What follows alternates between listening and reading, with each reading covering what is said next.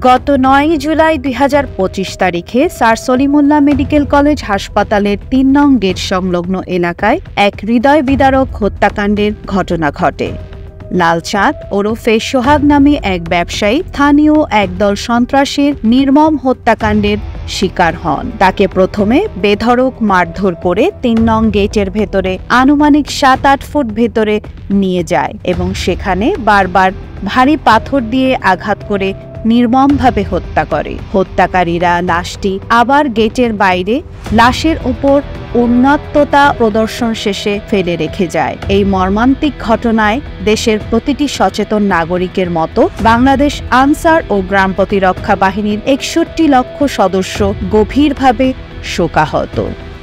আমরা নিহতের বিদেহী আত্মার মাগফিরাত কামনা করছি এবং তার শোক সন্তপ্ত পরিবারের প্রতি গভীর সমবেদনা জানাচ্ছি। তবে এই ঘটনার পর প্রিন্ট ও ইলেকট্রিক মিডিয়ায় উক্ত প্রতিষ্ঠানের দায়িত্বশীল একজন কর্মকর্তার একটি অপেশাদার মন্তব্য আমাদের সকলকে বিস্মিত ও মর্মাহত করেছে। তিনি আনসার বাহিনীর দায়িত্বে অবহেলার অভিযোগ এনে বাহিনীর প্রতি এক ধরনের উদ্দেশ্যপ্রণোদিত ও মিথ্যাচারপূর্ণ অপপ্রচার চালিয়েছেন, যা দেশের সর্ববৃহৎ সুশৃঙ্খল ও পেশাদার বাহিনীর মর্যাদার পরিপন্থী। উক্ত ঘটনার প্রেক্ষিতে দেশের সকল স্তরের জনসাধারণের প্রতি দায়বদ্ধতার জায়গা থেকে বাংলাদেশ আনসার ও গ্রাম প্রতিরক্ষা বাহিনী স্যার সলিমুল্লাহ মেডিকেল কলেজ হাসপাতালের আনসার গার্ডে দায়িত্বরত আনসার সদস্যদের ভূমিকা স্পষ্ট করা প্রয়োজন অনুভব করছে।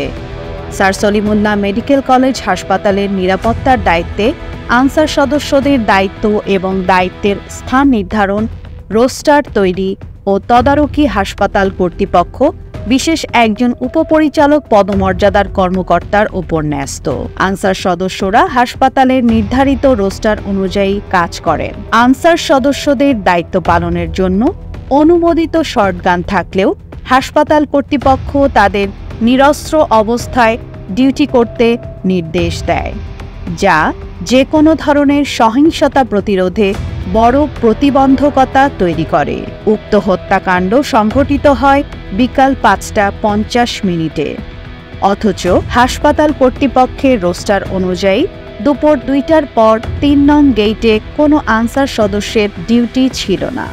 এই বিষয়টি আগেও একাধিকবার কর্তৃপক্ষকে অবহিত করা হলেও তারা রোস্টার সংশোধনে কোনো পদক্ষেপ নেয়নি। তাই এই সময়ে গেটে আনসার সদস্য অনুপস্থিত থাকায় হত্যাকাণ্ডে তাদের উপর দায়িত্ব অবহেলার অভিযোগ সম্পূর্ণ ভিত্তিহীন। পরবর্তীতে ঘটনাত্মক তথ্য প্রাপ্তির সাথে সাথে পরিচালককে অবহিত করা হলেও গেটের বাহিরে ঘটনা হিসেবে তিনি তা আমলে নেননি। ৩ নং গেটের মতো গুরুত্বপূর্ণ স্থানে কোনো সিসিটিভি ক্যামেরা স্থাপন ছিল না, যা নিরাপত্তা ঝুঁকি বাড়িয়েছে।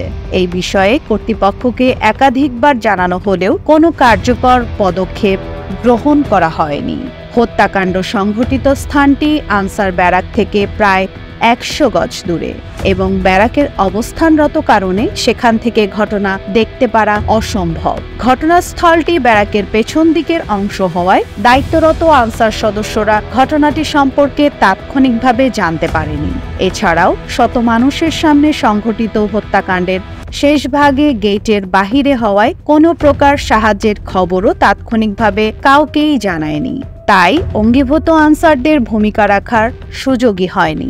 এই প্রেক্ষাপটে যেখানে আনসার সদস্যদের ব্যারাক থেকে কেউ তাদের খবর দেয়নি বা তাদের সামনে উক্ত ঘটনা ঘটেনি, সেখানে দায়িত্বে অবহেলার প্রশ্নই ওঠে না। একটি পেশাদার বাহিনীর সদস্যদের বিরুদ্ধে এ ধরনের ভিত্তিহীন অভিযোগ এবং অপপ্রচার দুঃখজনক ও গভীরভাবে হতাশাজনক।